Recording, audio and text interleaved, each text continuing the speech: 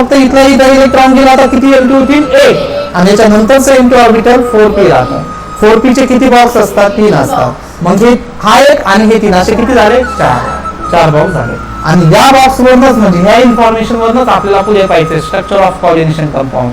याचं तुम्हाला हायब्रिडायझेशन विचारलं तर यांचं तुम्ही काय करणार मिक्सिंग आणि रिकास्टिंग. मग याचं हायब्रिडायझेशन काय बनेल हायब्रिडायझेशन sp3 असेल तर जॉमेट्री टेट्राहेड्रल असेल. अनपेड इलेक्ट्रॉनची संख्या दिसताय का अनपेड इलेक्ट्रॉन असेल तर कोणता complex colour property also depends on काय आहे colourless because of no any unpaired electrons. एवढ्या गोष्टी आपण कोऑर्डिनेशन कंपाऊंड मध्ये डिस्कस केल्या.